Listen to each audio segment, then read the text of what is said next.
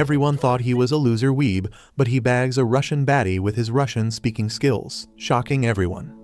Alia is the most sought-after girl in the school because of his beautiful looks and because she is half Russian from her father's side. She is an all-around genius with excellent grades in both studies as well as sports, and starting this year, she is also going to be the treasurer of the student council. Everyone makes way for her as she walks, when a senior blocks her path and introduces himself as Ando. He claims that he has heard a lot about her from her sister and asks her out for a date, but the cold-hearted Alia immediately rejects him in front of everybody. Ando persists and asks her for her number at least, but Alia tells him that she has no interest whatsoever in his pathetic Discord mod face, completely destroying the man's confidence. She also tells him to take out the chain as it is against the school rules before walking away, while all the students are shocked that she just destroyed the most popular guy in the school. Alia doesn't give a damn about all this, though, as she enters her classroom and sits down beside her friend Q's sleeping on his desk.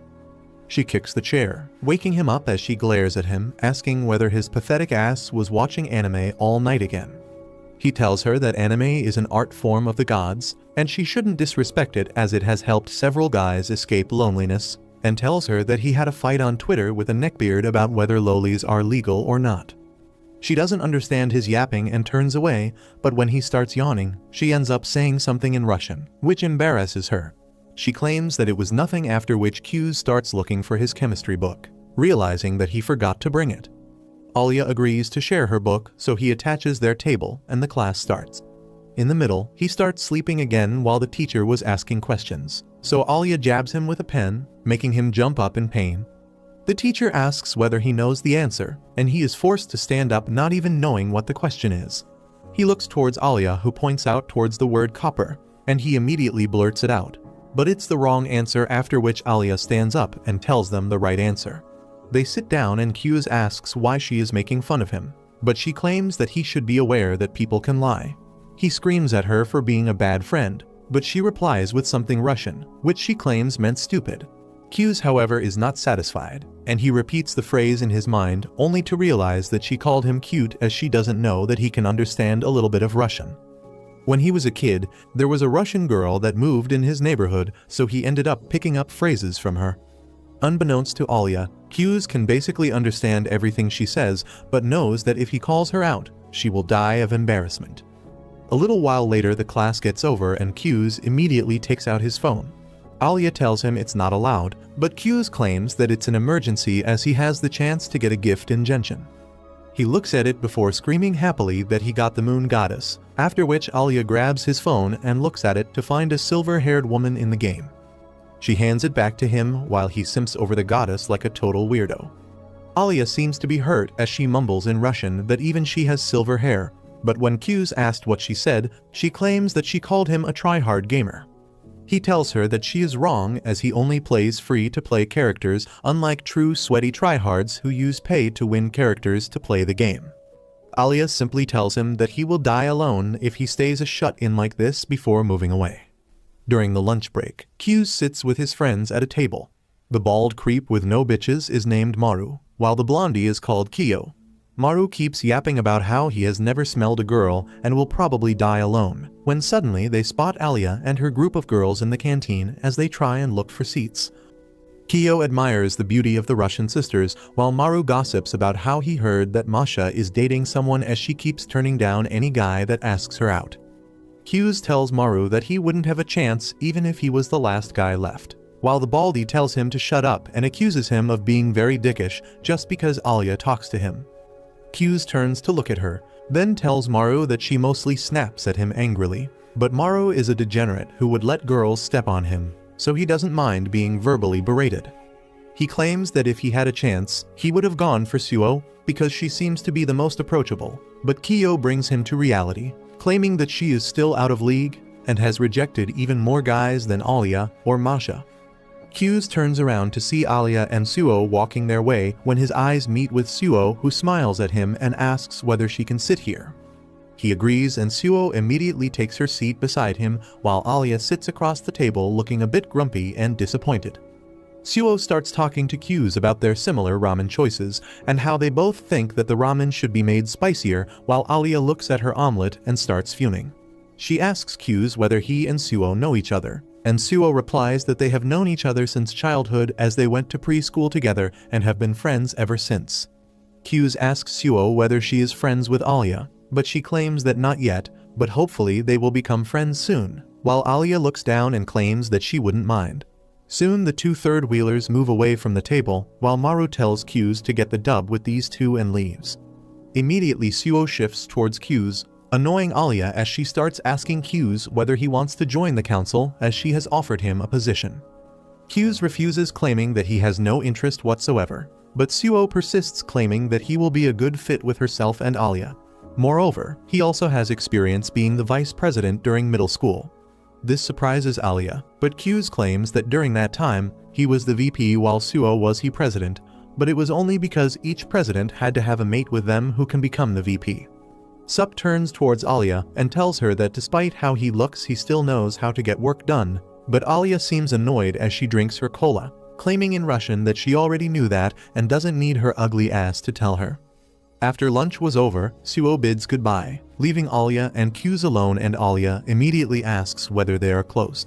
Q's replies that they are good friends and asks why Alia looks so surprised. She claims that she never thought any girl would want to be a weeb's friend, but he points his finger at her, claiming that she is a girl and his friend. Alia is taken aback and claims that she is indeed his friend before walking away, claiming that she forgot something in the office. Later that night, Q's ends up dreaming about his childhood and the Russian girl who he would play with every single day as she taught him how to speak a little bit in Russian. She didn't know any Japanese, so Q's ended up forcing himself to learn Russian just to talk to her. He wakes up from the dream with a sad face as he realized that at this point she doesn't even remember her name. After that he didn't go to sleep, instead decided to head over for school, where he ended up cleaning everything in his classroom. By the time Alia arrived, the classroom was shining as Q's tells her that he woke up early and had nothing to do. She walks over to her desk and Q's notices that she has a stain on her socks. Alia explains that while walking, a truck ran over a puddle and splashed her, but she has extra socks so it doesn't matter. After that she looks at Q's and asks whether he really doesn't want to join the student council. Q's replies with a sigh that he indeed doesn't have any interest in the council. She looks a bit disappointed, but then she pulls out her sock and notices Q's looking away immediately. She decides to mess with him a bit and tells him to bring a spare sock from her locker. He averts his eyes and gets the sock from the locker, but Alia tells him to put it on her feet. He is shocked at that, but Alia claims that it must be a treat for a creep like him, and Q's realizes that it indeed is a treat, when suddenly Alia speaks under her breath in Russian about how it is a treat for her as well. What a diabolical story, Jesus Christ.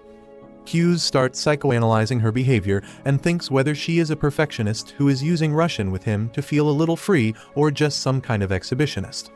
Anyhow, he drops down to his knees and grabs her feet, shocking Alia, who didn't think he would do it. She starts squirming away, but he holds her feet tightly and starts sliding on the sock slowly. While pulling it up, he accidentally touches her chicken thighs, which gets him a swift kick to the face, knocking him out, while Alia Rousey gets up and scurries away. Later that day, he texts his League of Legends forum about how he might have thing for feet when he notices that Alia still seems a bit mad. She walks out, and he follows her, immediately apologizing for his actions. She turns around and tells him that it was actually her fault as she kicked him and tries to touch his neck, asking whether he is hurt. He immediately backs off embarrassed, claiming she has nothing to apologize for as she showed him a peek of the promised Neverland. Alia suddenly realizes what he is talking about while Q's wonders why he is so stupid. Even after that he bows down and thanks her for the spectacular view, which gets him a punch to the face by Ronda Rousey, knocking him down. She starts running away, calling him a creep in Russian, but he gives chase, following her while she tells him to get lost. After a while he catches up to her and offers him her favorite cola as a peace offering. She takes a sip and asks in Russian whether he wants a sip. He ends up chickening out and pretends not to understand what she said, while Alia smiles and claims in Russian that she can express her feelings in Russian, which he will never understand, while Q stands there thinking that he knows Russian very well, but decides to keep it a secret for now to see what her true feelings are. Some days pass by when one afternoon, Yuki calls onto Q's and asks him to help her out clear the council room. He reluctantly agrees as his lazy ass is not used to working out, but he meets up with her regardless, and they start chatting when suddenly Alia appears from behind some boxes, looking a bit pissed to see the closeness between Yuki and Q's. He realizes that Yuki definitely set this whole thing up to mess with him, as she knows Alia likes him. They start cleaning everything and Yuki keeps chatting with him, while Alia seemingly gets even more pissed and tells Q's to pay more attention to work. Yuki realizes that this is the perfect time, so she excuses herself and moves out, when suddenly Q's hears Alia mumble in Russian that even she wants some attention. She keeps telling him to come near her in Russian, smugly thinking that she is literally throwing herself at him while he has no idea. Meanwhile, Q's is wondering what kind of a thirsty thought talks so openly. Thankfully for him, the remaining work gets sorted out pretty quickly and he was about to take his leave when suddenly the door opens and a tall senior enters the room, surprised to see it all so clean already. Yuki tells him that Q's helped them, so he thanks Q's and introduces himself as Ken, the president of the student council. He tells Q's that he has heard a lot about him from both Alia and Yuki, but Q's starts feeling uncomfortable and decides to leave.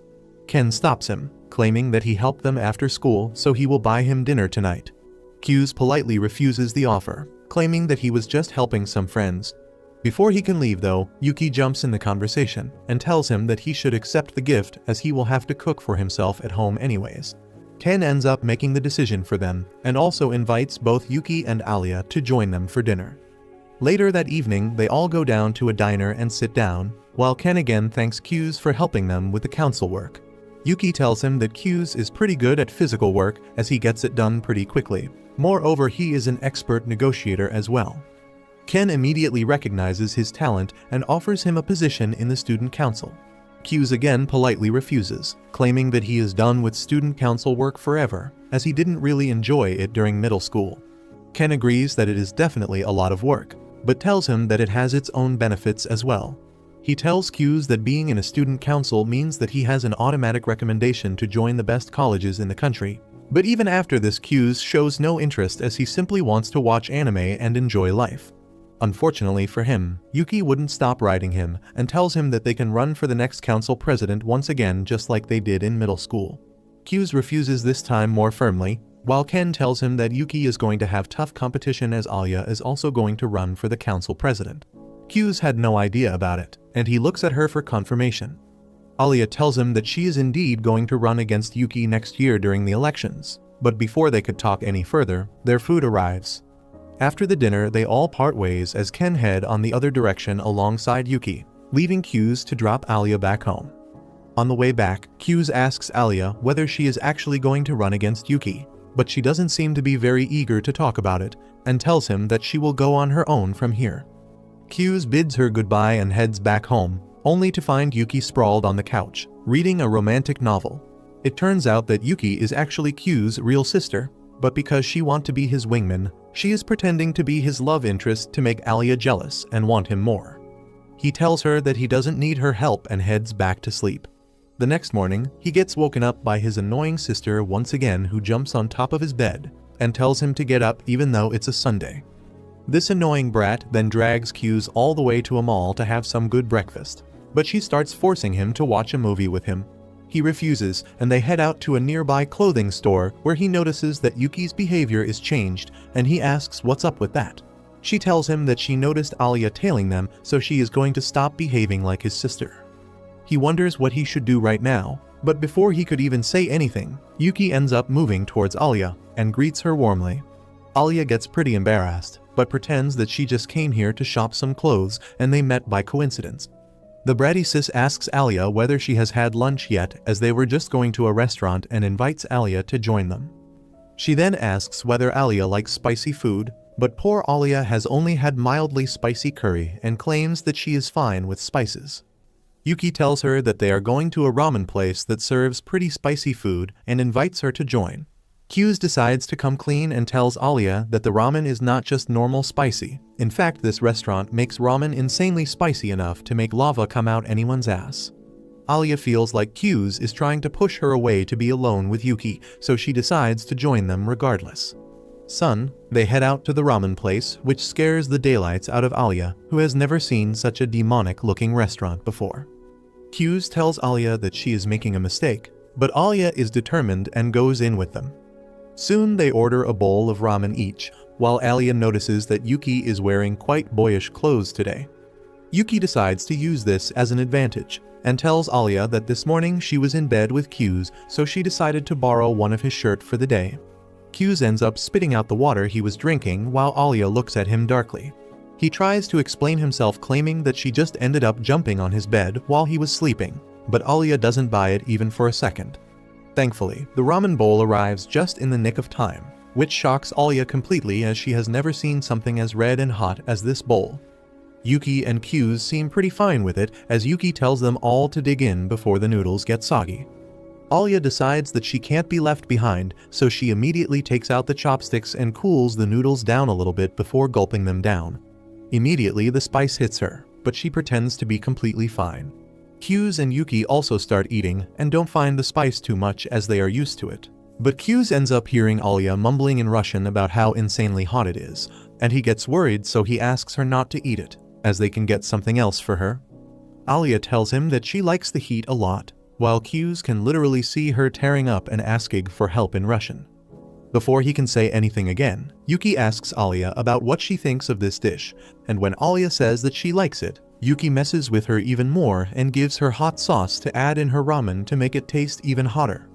Q's tells Alia not to do it, but she is not going to lose this battle, so she puts a small amount of sauce in her noodles and tries it once again. This time she ends up screaming loudly, unable to control herself, and runs out of the restaurant. Q's follows her and finds her alone in a park and asks whether she is okay. Alia replies that she is fine, but Q's asks her whether she wants some ice cream and she immediately agrees. He gets her a triple scoop, which she likes much more than the hellish ramen. But while she was eating, Q's again asks her why she wants to become the council president. This makes her mood sour quickly as she tells him that she just wants to try. He asks whether she has a partner, but she replies that she doesn't, claiming that she has no need for a partner and can do it all herself. He tells her that it doesn't work that way as she needs to have someone to run for vice president with her. She replies that she will find a random person and put their name down in the register and it should be fine. But under her breath, she mumbles in Russian that she would want him to be her partner. She finishes up her ice cream and asks Q's whether he has any plans, as she wants him to help her shop for some clothes. Q's agrees to help her, claiming that they are friends, which surprises her a little, as she wonders whether he is feeling pity for her because he thinks she doesn't stand a chance against Yuki. She angrily walks into the changing room, determined to blow his mind with her fashion sense, but gets cold feet thinking what if he doesn't react at all. She still comes out of the room, and to her surprise, the moment Q's sees her, he immediately compliments her, saying that the dress is making her look even prettier than she normally is. This blows her mind as she silently closes the curtains and starts panicking, while on the other side, even Q's starts feeling embarrassed of the cringy lines he just spoke. Alia decides to keep it going, so she starts changing her dresses one by one, giving a full-on fashion show to Q's, who compliments each and every dress on her, which makes her feel even better. She finally decides to try something a little more revealing and opens the curtains to pose, only to see that Yuki has also arrived. She quietly backs off and shuts the curtains before feeling embarrassed and wanting to crawl into a hole. Later that evening they head back together in the train, but Alia is still too fried to talk. Finally, Yuki and Q's station comes, so they bid her goodbye and get off the train. Alia starts cussing herself for wearing something so skimpy, as now Q's will think she is a skank, when suddenly she realizes that both of them got off onto the same station, as she decides whether to spy on them or not. That night, Alia returns back home looking a little down, but she is immediately pounced on by her own sister, who hugs her and asks how her day was. Alia very lazily replies that it was fine before moving into her room. Masha, however, is not fooled so easily and asks Alia whether something happened because she isn't acting like her usual self. Alia takes a deep breath and claims that she just came back after meeting Q's and his childhood friend. Masha immediately starts smiling as she realizes that this is about a boy and asks Alia whether she likes him. Alia immediately defends herself by saying that she has no such feelings of him and claims that they are only friends and nothing else. Masha starts laughing and asks how did this guy manage to steal her heart, considering she never liked being friends with anyone who was a lazy slacker and she always wanted her friends to be perfectionist. She realizes that Masha is right, as 6 years ago when she was still in Russia. They ended up getting a group project about learning the ins and outs of the local businesses. She eagerly divided group works amongst her friends and rigorously planned everything out as she wanted their report to be the best in the class. She followed the schedule perfectly and collected data on several businesses all alone on Sunday, but when she went back to school on Monday, she found out that none of her friends have even started thinking about it. She gets worked up and tells them that the report will take a lot of time to write, but her friends seem unconcerned, claiming that they have a full week to work on it.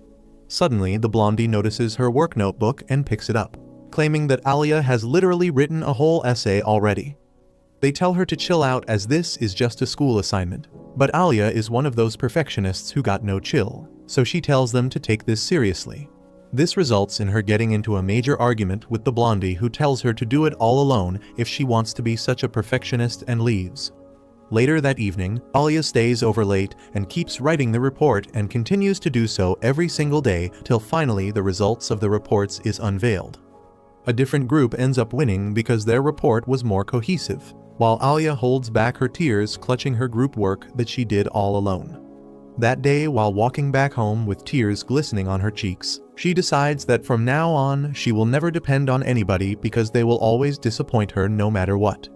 After that, she ended up qualifying a very difficult examination and got transferred to Japan, where the first day, she ended giving a speech at the ceremony, which immediately made her a favorite. After the assembly, when the class was about to start, she noticed Q's for the first time, sleeping on his desk with no care in the world. She wakes her up, claiming that the class is about to start, and he groggily tells her that her speech was phenomenal. She introduces herself very cordially as she expected everyone at this super prestigious school to be perfectionists like her. Slowly, the facade wears down as she notices that most students here are slackers as well, and most of all Q's was the biggest slacker, never bringing the correct books, always behind in physical education, and literally sleeping through the entire math class. Soon she starts going back in her shell, and not talking to others because they were disappointing her once again. Soon the seasons change and the school festival arrives. They all divide duties and start working on it. But even after being behind in all aspects, the students are very chill about it and go back home while Alia works overtime sewing the banner as she felt all alone once again. She hurts herself once again and puts on a band-aid when suddenly the door flings open and Q's enters the room. Alia is surprised to see him after the school is over, but he claims that she shouldn't overwork and go back home. Alia at this point is pretty prickly and tells him to mind his own business as she has a lot of work to do. But he tells her not to worry as he has sorted everything out. He used some connections to get permissions to stay overnight in the school. He also made some friends in the handicraft club and convinced them to help with the festival work as well, so now there are a lot of people who can help. He tells her to relax and go back home, but her feelings finally end up coming out as she tears up and claims that she can't relax because she wants to put a really good festival which people will genuinely enjoy. And she won't be satisfied with any shabby, and she will not compromise on the quality of work no matter what. He tells her that she is putting all her efforts in the wrong places. He claims that she is putting all her efforts into doing everything alone, but if she was smarter, she would have focused all her attention on convincing everyone else to work together, which would have lowered the load on her as well as involve all the students. She stands up and leaves the room while wondering what the hell is that guy's problem. The next day, however, is a total shift from what she was dealing with as Q's somehow motivated everyone to do their best for the festival, and they started coming up with hundreds of ideas for attractions. They started staying late in the school having fun and working together, and slowly Alia started opening up to her classmates again. The day of festival finally comes, and it turns out to be a total hit as their attraction ends up winning the best attraction in the school award by a large margin. The festival finally ends with a student dance, where Alia finds Q's sitting all alone. He asks why she is not dancing as everyone and their mothers would want to dance with her, but she claims that she doesn't want to dance right now because every boy keeps bothering her about it. Q's laughs and tells her that because of her attitude, everyone has started calling her the Ice Princess, but Alia doesn't seem thrilled about it. She claims that she doesn't like the fact that they call her a princess because it makes her feel like she was born with everything even though she has worked very hard for everything she has achieved till now. Q's smiled and tells her that he won't call her that name then. Alia then turns to him and apologizes for lashing at him the other day and asks whether she could do anything for him to show her gratitude. Q's tells her that she doesn't need to do all that as she was still the person who put the most effort, but Alia claims that she needs to repay him for his kindness. Suddenly, a bunch of boys appear behind her and the incels start bothering her again for a dance, pressuring her even though she didn't want to. Q's decides to take matters into his own hands and takes her arm before running into the grounds, asking Alia for a dance as her thanks. Finally, we return back to the present where Masha claims that it sounds like the start to a beautiful love story. But Alia again claims that he is just a friend because he is capable and can get things done. But Masha is not fooled as she smiles at her. The next morning, Q's goes to the students' council to cover for Yuki as she didn't come that day. There he ends up meeting with Masha, who tells Q's that she has heard a lot about him and wanted some help with shopping for supplies. He agrees, and she immediately thanks him and grabs his hands. Suddenly, she feels a familiar feeling as if she has met him before and asks him for his food name. Q's tells him her full name, and immediately she realizes something, but keeps her mouth shut and tells him in Russian that they should get moving. They start walking and enter a shopping mall where Masha completely forgets why she was here and starts looking at different stuffed toys to buy for the student council. She buys a cat plushie and also starts looking a lion wearing some glasses for the council president. But Q's tells her that he won't be a big fan. They start walking back when she enters a tea shop to try some of their tea. And while she was tasting the different types of brewing methods, Q's suddenly remembers how his parents separated when he was young, and he decided to stay with his dad. But Yuki ended up choosing their mom, forcing the siblings to be separated from each other. Suddenly, he snaps back to reality only to find Masha in front of him looking worried. She tells him that he looks pained and immediately hugs him while stroking his hair.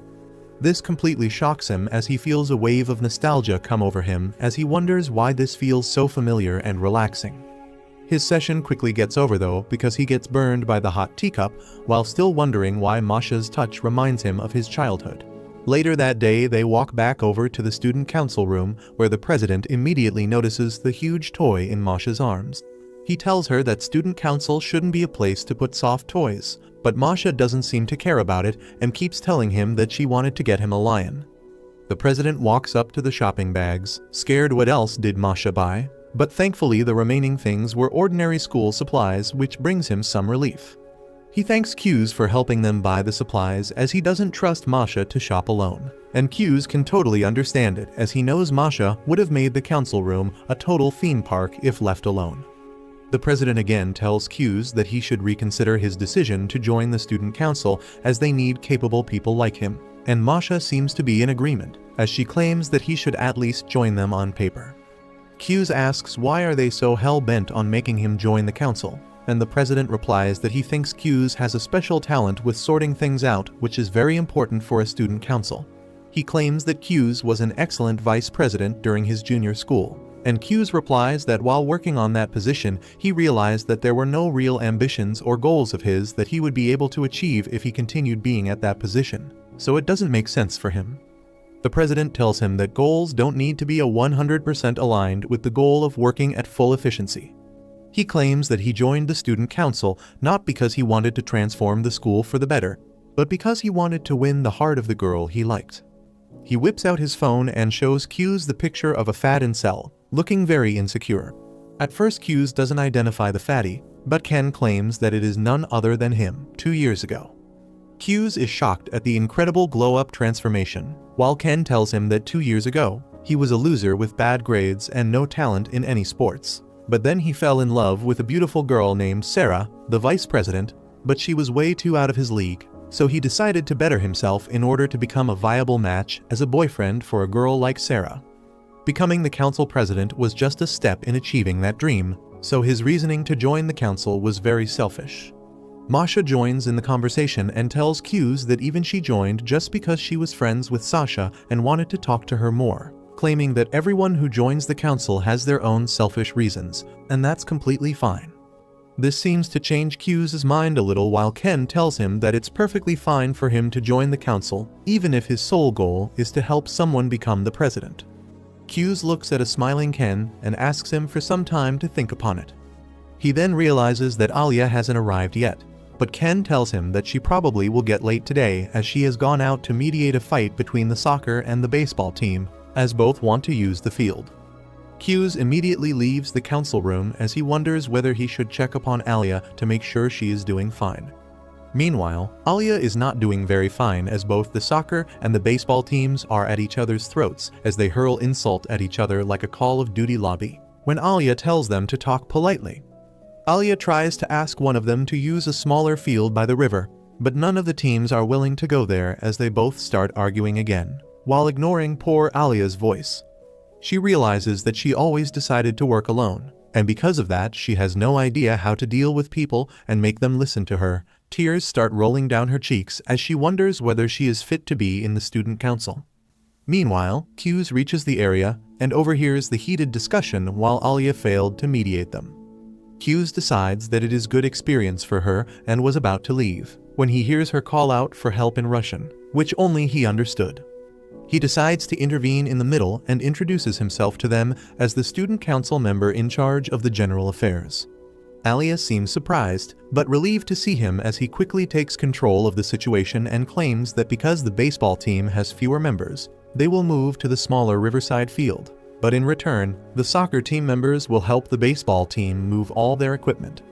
At first, both the teams seemed uncertain about this compromise, but the managers of the soccer team speak up, volunteering to help the baseball team move, and seeing a couple of beauties willing to help them out soon softened the baseball team as well, and they agreed to the compromise. Later that evening, both Q's and Alia start walking back, while Q's apologizes for putting his nose in between her matters. She claims that she likes his nose between her juicy matters and asks whether he knew the managers would decide to help the baseball team.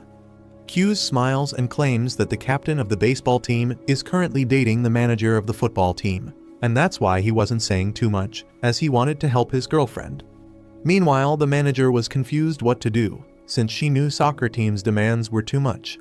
He claims that he simply gave them a middle way out, which he knew both the baseball captain and the manager would agree to, and the plan worked.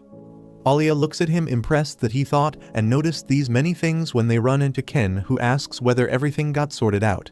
Q's immediately realizes that Ken planned all of this to begin with as he asks Q's for his decision about the council. Q's takes a deep breath and tells him that he is ready to join the student council, which shocks Alia, while Ken tells him to come to the council immediately to get his joining form. Later that night, when they start walking back, Alia asks Q's whether he is joining the council to help Yuki become the new president, and Q's asks what will she do if he does decide to help her. Yuki takes a deep breath and tells him that she won't back down and fight against him to become the new president, which makes Q's smile, and he tells her that he has decided to help her become the new president and not Yuki. This catches Alia off guard, while Q's promises that he will help her become the president of the council, no matter what, and offers her his hand. Alia wipes off her tears and takes his hand before smiling at him, which suddenly makes his heart feel something which he hasn't felt since the time he met that blonde girl in his childhood. Suddenly, Alia twists his hand, asking whether he was thinking about some other girl right now, making Q's sweat, who wonders what to say in this situation. She asks him whether he was thinking about Yuki, and he immediately denies, but she thinks he is lying and delivers a tight slap, knocking him to the floor. She then walks up to him and helps him up back to his feet before they start walking back together. On the way, they talk about everyday life, making jokes and having fun, when they finally reach Alia's apartments, and the time to say goodbye comes. Alia asks whether his cheek is still aching, but he claims that it's just stinging a little, but he should be fine, as he has experience with getting pepper sprayed by girls. Alia decides to relieve some of the pain as she walks up to him and plants a light kiss on his cheeks, making him blush as she walks away, claiming that it was just a friendly kiss. Q's can't believe what just happened, as he stands there blankly, wondering why this Russian girl is playing with his heart like this. He starts returning back home, and dies from cringe when he thinks about the corny things that he just said to Alia. He wonders what made him say things like that, but at the same time Alia was also going along with it, without trying to resist. He wonders whether she actually loves him, and all the flirting in Russian was real, but he smacks himself on the head, reminding himself that Alia is way beyond his league, and he shouldn't get his hopes up. He returns back home and realizes that if this entire day was a setup to make him join the student council, then Yuki must be in on it, so he enters the dark house to confront her. He finds her in the bathroom while she starts celebrating because the trope of walking in on your sister never happened in their life. Q screams at her that it didn't happen because it's not necessary, but Yuki straight up says that anime fans love fanservice. They walk into Q's room where she starts drying her hair out and asks whether the president or Masha managed to make him join the council. And he hesitantly replies that he did join the council, but there is a catch. Yuki looks at him eagerly while he tells her that instead of helping her win the seat for the president, he has decided to help Alia instead. There was a brief silence where Yuki looked very sad, but she was faking it as that was her entire plan. She starts acting all bratty though, and tells Q's that this is technically cheating, and Q's needs to spoil her now that he is not even going to support her through the elections. He takes the brush from her hand and starts brushing it, while telling her that he is really happy to be with her after being separated for so long because of their parents. Yuki smiles and tells him that she doesn't care whether he is her brother or not, but she will fight with all her strength to win the chair of the president. She leaves the room happy that her brother found someone who could motivate him to work harder and wonders how long he will be able to keep it up. The next morning, he wakes up on his own, surprised to find that Yuki didn't make a whole scene to try and wake him up. He wonders whether she got hurt by what he said yesterday and decides to make it up to her with some good breakfast. But the moment his feet touch the ground, he is jump scared by her own sister, who starts laughing like a maniac and tells him that he needs to watch him back because now they are rivals. Q's realizes that his bratty sis will make life hell for him, but to his delight, Yuki ends up getting stuck like my stepsister. She tells Q's that she wants his help to unstuck her, but he decides to take revenge and starts pushing his bed sheet down her face to pack her in with the terrible sweaty smell. Later that morning, Alia sits down on her desk as she keeps anxiously looking at Q's empty desk, wondering how he will act today. She seems a little embarrassed by her actions yesterday and gets jump scared when Q's walks in the room. She tries to act all normal, but when she looks at him that day, she realizes that he looks much better than usual. All during the class, she keeps looking at him, wondering why is he glowing so much, even though he looked completely normal. She also realizes that he didn't sleep in the class today and wonders whether he is doing this for her.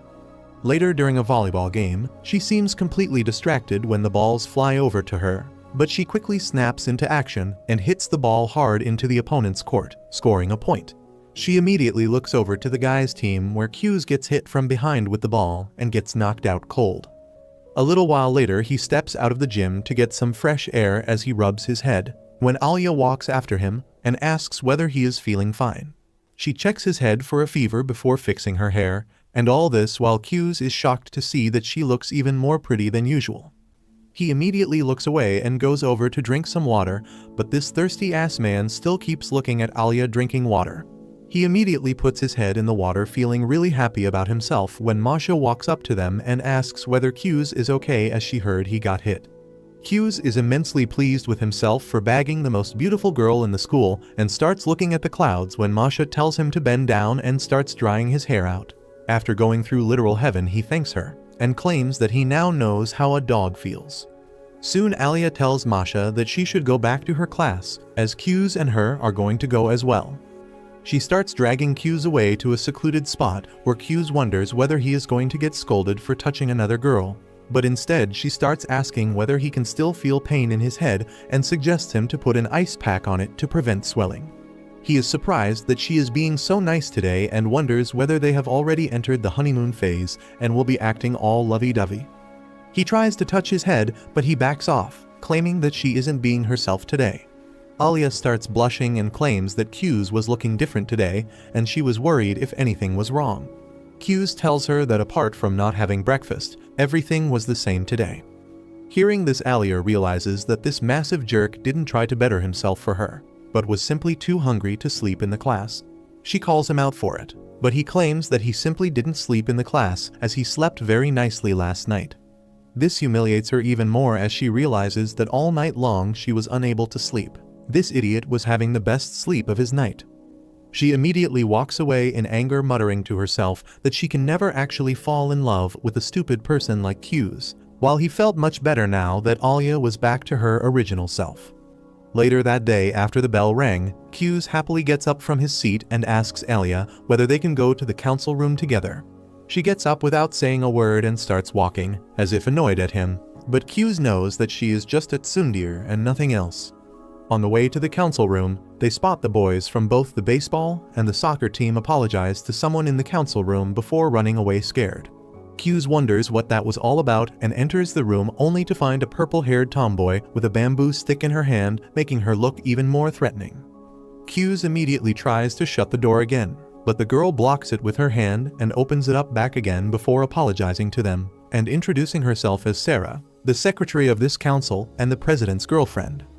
They both enter the council and take their seat, while Q's asks what were the athletes doing in this room. Sarah tells him that they were having an argument again, so this time she went to sort it out with her bamboo sword and her fists, and it was just a matter of threatening violence, after which both the teams automatically decided to find a middle ground. The president laughs at this situation, claiming that Sarah is not as scary as she looks, and they start doing their lovey-dovey stuff, while Q's and Alia make jokes about them. Soon Masha enters as well, and the Q's first council meeting begins as he steps up and introduces himself as the head of general affairs and states the fact that he will be partnered up with Alia for the next election to help her become the president. Alia looks at him dreamily while the president smiles and wishes him best of luck. He tells Q's that since he was the vice president in junior school, he should quickly get the hang of it, but for today he is going to pair up with Masha as they are very short-staffed right now and need all the help they can get. Q's agrees immediately, while Yuki smiles and tells the president that she needs to have a conversation with the art club regarding the festival coming up and tells the president that she would need the help of Alia as well because she is the treasurer and they need to discuss finances. This is a bit strange because none of this had been discussed before, but Alia agrees to go immediately. Both the girls leave the room while Q's wonders what kind of plan is Yuki hatching as he knows that something is definitely up.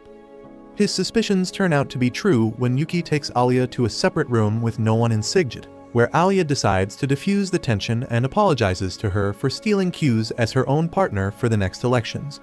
Yuki looks down and tells Alia not to worry as this is not her fault and Q's made his own choices which she doesn't really mind, but she would have been much happier if he chose her.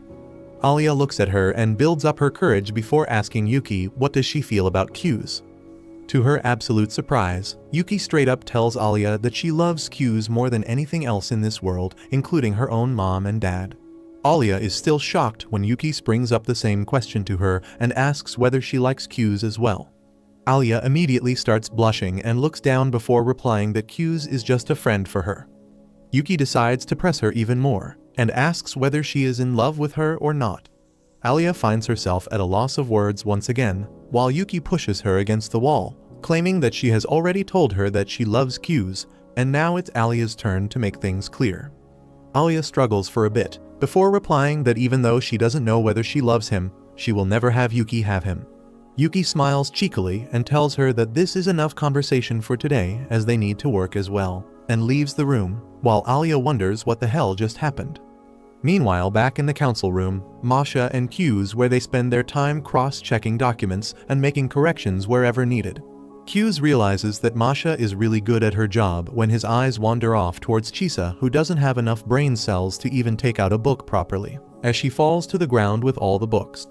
Soon Masha is also done with her work and tells Q's that they should take a small tea break before working again.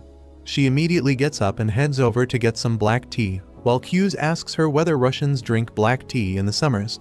She tells her that usually they drink it only during the winters, but since her mother is Japanese and loves black tea, they drink it very often in the summers too.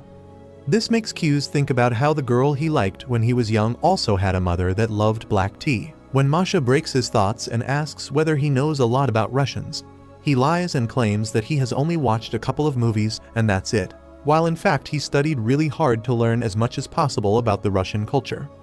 Masha soon sits down beside him and starts eating spoonfuls of jam before every sip of tea, which is also a Russian thing. Q's also tries to do the same, but it is too sweet for his taste. Soon after that, Yuki and Alia also return from their errand, and Masha immediately sets out to make tea for them as well. Alia looks a little grumpy, but puts her chair really close to Q's and sits down, asking if he has any problem. Q's immediately looks over to Yuki and realizes that she has pulled some new trick this time and wonders what's going to happen. Masha cheerfully asks Alia whether she found any guys she likes and would love to marry, but Alia shakes her head before softly whispering in Russian that it's too early for marriage. Q's looks at her when Masha puts down a huge plate of jam in front of her, which she starts gulping down angrily. Soon the president dismisses all of them, and Q's starts the walk back home with Alia while the sun starts setting. He wonders what Yuki told her as she looks very stressed and decides to do something about it. He invites her to a small cafe, claiming that they should discuss a little about their presidential election because they don't get much time during the school. Alia whispers in Russian asking whether this is a date, which makes Q's blush, but he pretends not to understand it and enters the cafe with her. They sit down and she gets 2 big boy smoothies so she can post them on Insta when Q's decides to address the Russian in the room and asks whether something happened with Yuki. She gave him an annoyed look and told him that nothing happened, which just made him absolutely sure that Yuki pulled some trick on her. Suddenly Alia asks Q's whether he is dating Yuki, but Q's outright denies it, claiming that he would date his own mom before dating Yuki. Alia looks at him suspiciously, so Q's decides to clear some air and tells her that Yuki is not as ladylike and innocent as she looks, and promises that she is simply messing around and teasing her. This makes Alia relax a little while Q's tells her that they need to do something about Yuki, because as it is, they will definitely lose the elections. Alia looks at him a little frustrated, but he claims that this is a truth. He explains that usually there are much more candidates that try to fight for an election, and after a general meeting where the candidates are supposed to have a brainless debate like Biden and Trump, half of the candidates drop out because they realize they don't have any support. Then finally, the top 3 candidates are chosen to run the election, and amongst them, one is chosen. Unfortunately, this time everyone thinks that Yuki will win by default, and because of that no one is even interested in standing against her. While Q's is giving his monologue, Alia is completely distracted by the fact that even though they are alone in a cafe, he is not even acting a little shy, as if he comes here with different girls every single day. She ends up biting her entire straw before she decides to stress eat right in front of him. Q's is a little surprised by this, and this breaks his thought train, while Alia decides that this is a time to pull the classic move of sharing the same spoon. She asks whether Q's would like to have a bite, but when he denies, she still tells him to have 1 bite. She extends the spoon while he asks for a different once, but Alia tells him to shut up and open his mouth, as these things are very normal in Russia. Q's looks at her face and realizes that she is clearly lying, but opens his mouth regardless and rejoices at the first deep-throated indirect kiss that he has ever had. Soon they return back to their shy self when Alia asks what should they do if they want to beat Yuki. Q's tells her that last year their president wasn't even in the student council and yet ended up winning the elections, but that was because he had a plan. Q's explains that at the start of the year, Ken was a fat fatty who had average grades at best. But soon as the year went on, he ended up losing all the weight and started doing better in academics, which drew all the fatphobic people to his side as they realized that Ken can achieve things that he doesn't have through hard work. This way Ken created a compelling story which is needed for every election. He orders some food for himself and tells her that she should give a speech in front of the entire student body and try to win them that way, and Alia agrees. Soon his food arrives and they start eating when he offers Alia a bite. She eagerly agrees, but this loser gives her a different spoon and a bowl to eat, and because it was super spicy, she ends up tearing up once again. While walking back at night, Alia asks Q's whether he has any idea who Yuki will be partnering up with, and Q's replies that she shouldn't have much trouble finding a partner as she is pretty popular, but claims that if she picks Tan as her partner, it would be very difficult for them to win. Alia asks who Tan is, and he explains that she is the opponent of Yuki from junior school who fought till the very end for the position but lost by a small margin. After that they decide to head back to their homes for the night, and the next day they meet again in the council room where surprisingly enough Yuki has already found a new partner. She comes in with a glowing face, smiling at Q's before revealing that her partner is going to be Ayano from her class, who looks at Q's directly, while he wonders why is his sister tormenting him so much. The next morning when he goes back to school, he is approached by Ayano, who asks him whether he is seriously planning to fight the elections against Yuki. Q's wonders what is this girl planning to do and replies that he is indeed going to fight elections with Alia as he has promised to do everything in his power to make her the president. Ayano looks at him blankly and asks whether he forgot how strict his grandfather is about the matters of family. This brings a distaste in Q's mouth as he remembers his grandfather constantly barking about how family is the most important. He tells Ayano that Yuki is still the most important person to him in this world, and he would always be by her side. But at the same time, he is going to help Alia win these elections, and that's his final decision. Ayano bows her head and asks whether he has any message for his grandfather, and Q's heatedly claims that if the old man has anything to say, he should say it to his face and leave Yuki alone. After that, he walks over to his classroom where his two incel friends grabs a magazine filled with pictures of idols and asks which one Q's prefers. Q's is a true Sigma, claiming he isn't interested in two-dimensional paper cuttings, but when forced to pick one, he picks the girl with brown hair. The bald incel immediately comments about how this woman looks like Masha and asks whether Q's is making moves on her, but Q's replies that she already has a boyfriend and is way above his league anyways. Suddenly, Alia ends up entering the classroom and spots Q's holding the magazine in his hands. This pisses her off as she calls him an animal in Russian before asking why the hell would a member of the student council bring a book like this. But Q's promises that Takeshi, the single-brain-celled incel, brought this stupid magazine and not him. Alia doesn't seem to care and sits down annoyed, while Takeshi, who is dumber than Biden himself, asks whether Q's would like to date Yuki. Q's replies that they are not in Alabama, so no, and moreover he wants a girl who can also be his best friend. Alia smiles and claims in Russian that she can be his best friend as well. This makes Q's blush, while the others ask what's up with him. He tries to change the subject, but Takeshi's brain is smoother than a bowling ball as he can't get a hint and continues saying that a girl should have a cute smile and should be very friendly with everyone. Q's realizes that Alia is feeling sad about this, so he asks her to be a bit more considerate. So this pea-brained incel jumps up and claims that personality doesn't matter as long as the girl is as pretty as Alia. This was the worst thing he could have said to a modern, strong, independent woman, as Alia gets into his face and tells him that incels like him will never find a woman who is three-dimensional, and grabs the magazine before taking it away. Later that day, all of the council members arrive at the council. While the girls decide to gamble Kit Kats as it is already sanctioned in Russia. Yuki decides to take everything away from Alia, so she is forced to survive on knockoff products from Russia and seems to be doing pretty well, as she is good at bluffing and Alia can't read her well. Sarah, Ken and Q's are sitting on the opposite table, keeping scores when Ken comments that he always thought Alia would be more composed, but she seems to be super easy to read, which Yuki is taking full advantage of. Q's laughs, claiming that a battle of wits is where Yuki is at her strongest, when Sarah claims that she can't ever figure out what's going on with Masha though. She always looks with such a pretty angelic smile that it would seem like she is a Russian goddess herself with no flaws in her. Ken laughs, but then asks about Ayano's relations with Yuki, and Q's replies that she serves Yuki and her family, as her grandparents did before her. Sarah is surprised by this, and asks whether her parents also serve the Yuki family, but Sarah shakes her head, claiming that they are office workers, and she just chose this path because she admired the commitment of her grandparents. She almost lets it slip that Q's and Yuki are siblings, but Q's manages to cover it up and tells her to be more careful as no one in their school knows about their relationship. Ken seems very interested and asks whether she received any kind of special training, and Ayano nods, claiming that her grandparents have drilled it in her that she needs to be like a shadow, always away from limelight and working behind the scenes to make sure the person who she is serving never has to face any issues. Soon enough, Masha also walks up to their table and sits down beside Q's, asking Ayano if she can refill her cup.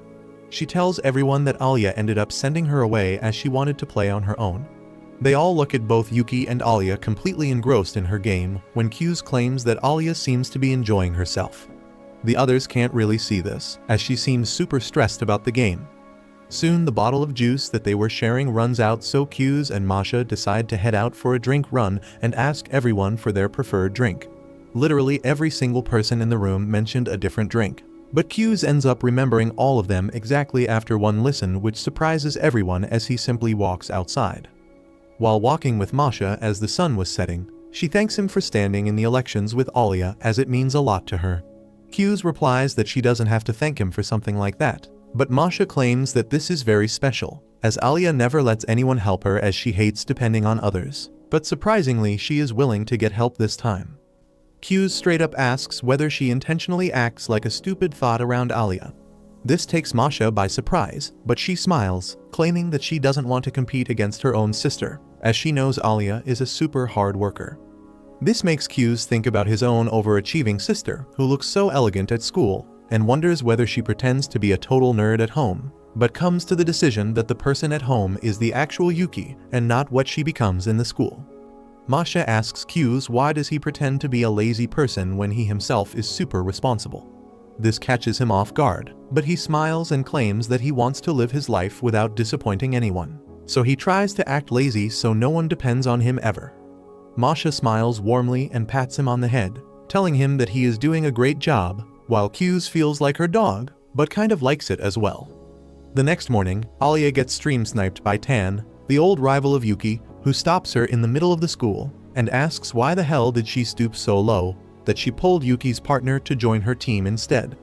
Alia was shocked at this and didn't know what to say, while Tan asked her whether she was scared that she would have no chances of winning if Yuki was partnered up with Q's. Everyone in the school hears this fight and start watching, embarrassing Alia even more, who tells her that Q's himself wanted to be in her team, but Tan refuses to believe it.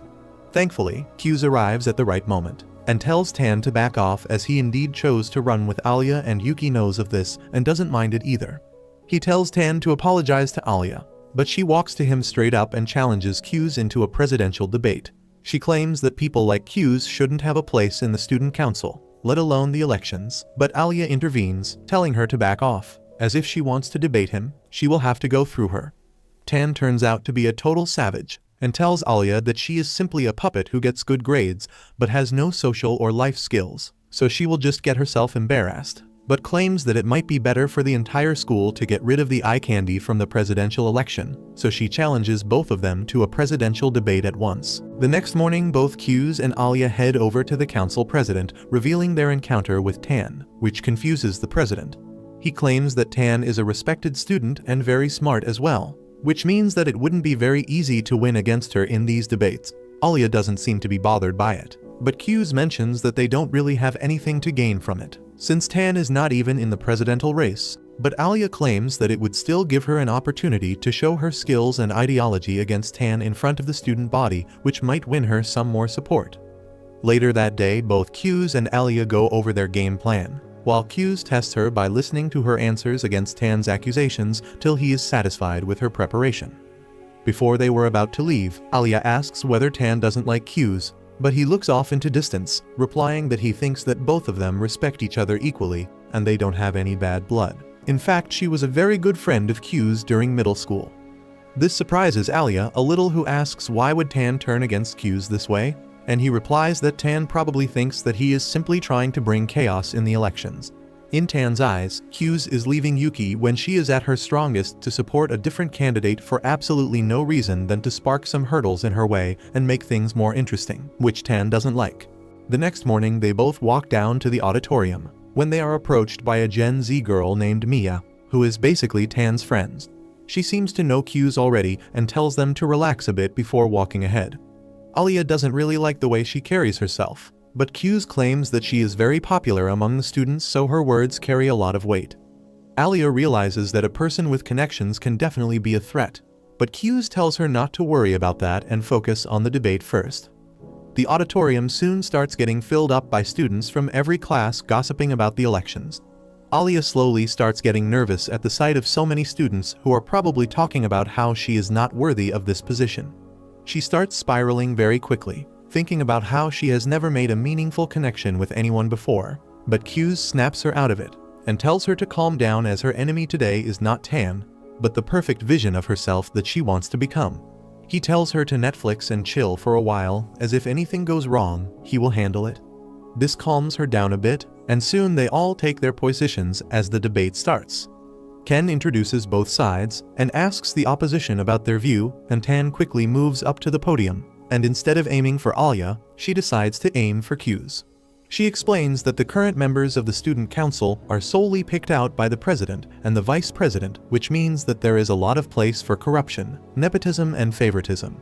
She claims that students who have never achieved anything in their life, who get average grades in academics and are no good in sports, suddenly become the member of the student council, which makes them higher status than every other student who has been working his ass off to achieve something. She continues that the members of the student council should be solely picked out on the basis of their grades and performance in extracurricular activities by the teachers themselves, so that they can get rid of lazy slackers who do nothing but create chaos for everyone. This really impresses everyone, as the entire student body claps, while Ken calls up Alia to defend against these views. Alia confidently moves up to the podium and starts presenting her point of view. She explains that the school prides itself over the self-governance of students, as it shows that the students studying in this school are old enough to know how to carry themselves. Moreover, if Tan believes that the student council needs the help of teachers to decide something as small as choosing the members of the council, then it simply means that she is weak-minded and doesn't think she can do that on her own. Moreover, academic grades are not everything, as people have their own strengths and weaknesses. A slacker who is average in studies can have incredibly amazing social and problem-solving skills, which are very important to the student council. Hughes realizes that she has saved her position now, but Tan decides to interrupt and starts questioning, but all her questions turn out to be trash as Alia calmly manages to answer everything. While Hughes smiles as Tan was thinking that he is her rival in this debate, when in reality it was always Alia. Tan struggles to maintain her position and asks what would happen if the president or vice president go berserk. But before Alia could answer, some of the students start creating a ruckus, calling Alia an outsider and claiming that Tan's is much better suited in the council than her. This totally shakes her concentration, and she forgets what she was going to answer. Hughes realizes that this is the work of Mia, who planted these students. But the trick has worked, as the disturbance completely rattled Alia's confidence while Tan pushes her to answer the question. Alia was just about to break down completely when she feels the hands of Hughes on her back, who takes over the mic and claims that Alia seems to have lost her voice because she was deep-throating some hot dogs last night. He claims that he will continue the debate from here on, but instead of talking about points, he straight up starts a stand-up comedy routine and completely roasts the poor president for no reason. He claims that if the decision of who enters the student council was given over to the teachers who would select the top scorers of the school, Ken would have never become a president, as he had very trash scores and was a total fat loser during his first year. But because student council awards passion and talent, Ken was able to outgrow his fat self and became the president that they all love today. With that, he drops the mic and everyone looks at Tan for her answers, but she doesn't want to get roasted, so she runs away, followed by Alia. Alia catches her after a while, only to find her crying, as it turns out that she was shipping Hughes with Yuki all this while, but suddenly Alia came in the picture and Hughes left Yuki as if it was nothing. This made her very mad, as she always thought Yuki was the best since she defeated her during the middle school presidential elections, so Hughes choosing Alia meant that even Alia is better than her. Alia understands her mindset but tells her to get help from a psychologist and returns back to the auditorium, where she finds out that the debate was concluded and she was awarded the victory in the debate. She tells Hughes about what Tan said, and Hughes replies that she was one of the fiercest competitors they had during the middle school, but she ended up accepting her defeat against Yuki and Hughes, as she thought she could never defeat them. Alia looks at him and claims that she will work as hard as possible to become a person that Tan respects just as much as she respects Yuki, so that she can approve of her partnership with Hughes as well. Hughes smiles at this, but Alia asks him why did he ever pick her over Yuki when they had such a strong partnership. Hughes looks down sad as he remembers how he was forced to be away from his sister and wanted to make it up to her by supporting her throughout life, but decides to keep this information hidden and tells Alia that he never truly wanted to be a vice president and hated the spotlight, but he owed Yuki a favor, so he was forced to do it. But this time things are different, as he himself wants to support and work with Alia, who he believes would definitely make an excellent president. Alia seems to be very happy with this conversation when Hughes asks why did she decide to run the presidential elections with him, since it is such an important thing, and she could have found someone much better. But Alia replies in Russian, and for once even Hughes doesn't understand what she said. She immediately gets up and starts walking while he follows her, asking what did she just say to him, but Alia smiles playfully and tells him to learn Russian if he wants to know what she said. If you liked this video, you would love the story about this magicless loser born in a world filled with magic who decides to take up a sword instead to climb his way to become the strongest so his crush would notice him.